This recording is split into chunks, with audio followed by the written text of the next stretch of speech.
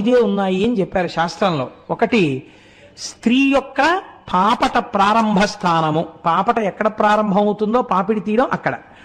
దాన్ని మన వాళ్ళు పాపికొండలు పాపికొండలు అంటుంటారు. వాటి పేరు పాపికొండలు కాదు, వాటి పేరు పాపట కొండలు. అక్కడ నదీ ప్రవాహాన్ని పాపట విడదీసినట్టుగా కొండలు విడదీసాయి కాబట్టి వాటి పేర్లు పాపట కొండలు.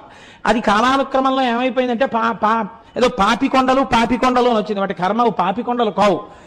స్త్రీ యొక్క కేశపాశమును విడతీసినప్పుడు ఏర్పడినటువంటి పాపట ప్రారంభ స్థానమునందు సింధూరము చేత అలంకృతము కావాలి. సింధూరము కానీ కుంకం కానీ అలంకృతము కావాలి. అలా అలంకృతమైతే ఆవిడ దీర్ఘ మాంగళ్యాన్ని పొందుతుంది, సౌమాంగళ్యాన్ని, ఐదోతనాన్ని పొందుతుంది అని శాస్త్రం. పాపట ప్రారంభమునందు సింధూరము కాని కుంకుమ కాని లేకుండా స్త్రీ పాపట ఉండరాదు, అది దర్శనీయము కాదు అని.